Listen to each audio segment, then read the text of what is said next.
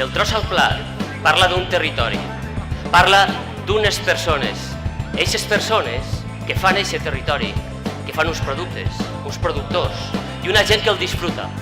I el disfruta d'una manera molt senzilla, a la fresca.